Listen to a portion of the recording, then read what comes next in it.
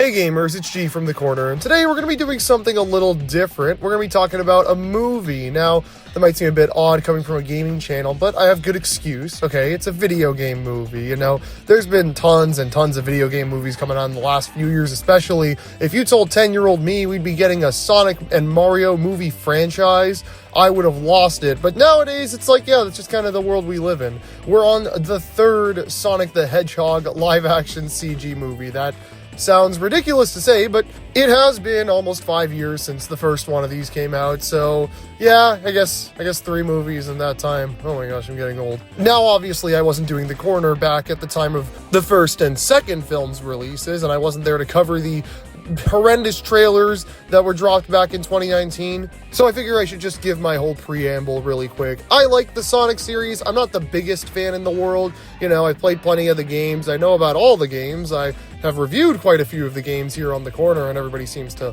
turn up whenever I talk about the Blue Hedgehog. But in the case of the movies, I mean, I thought that, you know, oh, this is going to be just a train wreck movie. What are they even doing with the design? Oh, they redesigned him. He looks cute. First movie, it was alright. It was a fine time. It wasn't anything special. Not really a Sonic movie, that's for sure. More like Alvin and the Chipmunks, but hey, it's Sonic and Jim Carrey as a guy who's supposed to be Eggman. The second movie got a lot closer to what people would have actually wanted. Here's more characters. Here's a more Eggman-looking Eggman. Here's a bunch of references, but it still couldn't quite shake all of those weird movieisms they introduced. You know, there was this entire 20-minute wedding subplot. It's a fun time, but, you know, it could be a little better.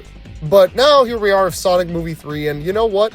I was excited. Maybe not, like, genuinely excited. Maybe genuinely excited. I don't know how to explain it, okay? The last movie ended with a tease that Shadow the Hedgehog would be appearing in the next film, and that brought with it some expectation that Shadow's absurdly over-the-top, edge-infused backstory was going to be brought to life on the big screen, and that obviously piqued my interest. You know, I've been anticipating this film since announcement. What are they going to do? Are they going to be more accurate? Is it going to be less accurate? What's going to happen? Is Maria going to get shot? And you know what? I gotta say, this movie was an absolute blast. I had a fantastic time with friends. It's not like peak cinema. It's not gonna be an all-time classic. It might be one of the better video game movies, but it's not a movie I'm gonna tell everybody who's not already a fan of this stuff to go get your butts in the theaters to go watch, all right? Like, if you don't like the Sonic series, you are not going to like this movie at all. First of all, if you have no familiarity with it, you'd have to watch the first two to even know what's going on. And while I think that's not necessary for game fans, that definitely is for people who aren't already familiar with this stuff. You know, if you're a fan of the games, if you've played SA2 and Shadow the Hedgehog, you know the plot, you know what's going on here. Like, sure, yeah, give the movie a shot. You'll be like, why does Sonic have a weird human family? Why is he like a child? This is weird. This is weird. I don't like this. But, like, you know, your brain will turn off when all the fan service starts kicking in and they start doing all the great stuff. You know, it's a fun movie. It's a fun action movie for the holidays. I mean, maybe if you're not a fan, you could get a kick out of it, you know. This definitely isn't a movie I would take the non-gamers in my life to. The performances are rather hit or miss. Sonic has been played by Ben Schwartz, as I know him, the 9th grade ninja. That's a deep cut for all you 2000s kids. And, you know, I didn't really mind him in the earlier movies, but I don't know, this time he got really, really annoying. Like, he just keeps making pop culture quips. At one point, he directly quotes SA2, and it's the most, like, tongue-in-cheek, like, oh yeah, we did that, because his entire dialect and delivery just slows down completely. It's, like, so out of place compared to every other stupid pop culture reference he makes in this movie. It's, you know, he just doesn't really do it for me. Like, some of those quips are really, really obnoxious. I mean, later in the movie, he just gets really serious, so okay, fine, he gets the job done. He's definitely not my favorite Sonic. Would I have preferred Roger? Definitely not, because Roger being treated like a child sounds very weird. But you know what? Like, he gets the job done. He could be better. Colleen's great because she's just doing the Tails voice, and I mean, that character's voice fits perfectly in this film series. And Idris Elba Knuckles is pretty funny. He's always been a pretty fun treat in these movies. Jim Carrey Eggman is not the highlight for me this time. Oh no, that's gotta be Keanu Reeves as Shadow the Hedgehog, because, oh man, this is like perfect SSS to your dream casting right here. Like, the funny, edgy action man with the deep, brooding voice playing Mr. Edgelord from the Sonic series. That is incredible. The fact that we have made it this far as a society needs to be just hallmarked. We need to really acknowledge that we actually made this feat possible. Every single line read, if it's dramatic and it's, supposed to hit seriously, it hits seriously. If it doesn't make the landing, though, it just completely goes in the other direction and is the funniest thing I've ever seen. I guess we're going to just get into spoilers at this point. There's this one scene in the movie where Shadow's like, Gerald, I want to have my revenge. And he's like, no, Shadow, you have to wait. And then they're going to go make guac in like the egg crab or something. And Shadow's like, yes, revenge guac. Like, this stupid movie, man. Like, I don't know, the Shadow backstory has always been so silly to me. Like, it's amazing because it's Sonic.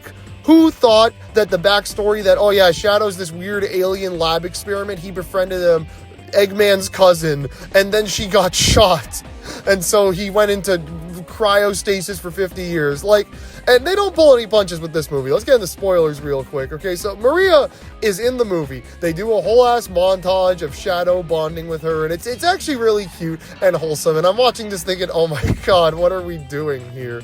They explain that one day they wanted to shut down the project, so, Gerald, Maria, and Shadow had to escape because they were just told to kill everybody for some reason. And the best is, one guy is about to shoot Maria, and a guy runs up to him, and is like, oh, you can't shoot a child, and then he's like, we were given orders, sir, and then he, misses the shot, and blows up some random tube, and a fiery explosion occurs. Every single person in the room is unharmed, except Maria, and as Shadow comes to, he just runs up, and Keanu gives the dumb garbage Maria line read delivery from Shadow the Hedgehog. I literally could not stop myself from laughing when that happened. It's such a bad line read. It's amazing. I genuinely love it so much. There's a ton of references in the movie. They try a little harder with the score references. The only things in the last two movies was there was a piano version of Green Hills that played at the end of the first movie, and I think the start of the movie just straight up uses Sonic Mania intro music. For whatever reason, they just kind of threw it in there, I guess. But this movie's a bit cooler with it. Not as cool as the Mario movie where there was 100 songs referenced. I swear there was every bit of the score had some sort of reference in it. This one gives a little better. There's Live and Learn is in the movie. I'll just straight up say it. Live and Learn is in the movie, but it's never used in the way you want it to be used. What you want is a nice 2-minute action sequence where the song is just playing the entire time, the same way that those licensed needle drops will play throughout the entire movie. But what you get instead is when Sonic and Shadow make up and become friends, the riff kicks in and it's this really dramatic version, and it's incredible. It's swelling up, and then as they fly off, jump cut to Gerald Robotnik spanking Eggman in the ass while they're fighting or something. It's very bad jump. And then they cut back again, and they send out the gun soldiers robots from SA2, and they start beating the crap out of them, and an orchestral version plays, and then the scene ends with a weird kind of not accurate recreation of the pose that they do at the intro to SA2. I mean, they already made that pose in the commercials and it was more accurate. It's whatever. And that's it. That's all they use it for. Actually, they use it more. Shadow's entire leitmotif throughout the whole movie is just live and learn. It's a weird a weird version of it. Sometimes it's accurate. At the start of the movie, Maria is just playing Shadow live and learn on the guitar in a flashback he has while he's waking up. It's really weird. It's really weird. At one point, apparently this song that plays while Sonic's running through London is just a weird version of City Escape. It's not literally City Escape, but it's kind of close to City Escape. If you listen to it, it's the same melody, but it just isn't. They could have just made it City Escape. If anything, I was listening because I'm oh, this might be the part where they'll play something, and I'm oh, they're in London, maybe Rooftop Run. I mean, that's, a bit obscure, but you know what, that would work. But no, it was indeed City Escape. I just couldn't hear it. Eggman gets a phone call at one point, and they play a bit of the Eggman song from Sonic Adventure 2.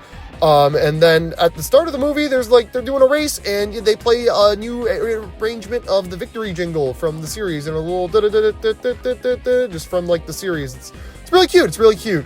Again, more references in the plot and such. Oh, they're gonna use the Ark. They're gonna shoot it. I mean, it's not the Ark, it's just the Eclipse cannon, and it kind of looks like the Ark. It's weird. They kept Eggman's face on it, but they didn't literally make the entire design of it just Eggman's face. It has this antenna that pokes out that makes the mustache, and you can kind of see eyes with these windows or something. It's cute. It's cute. I like it.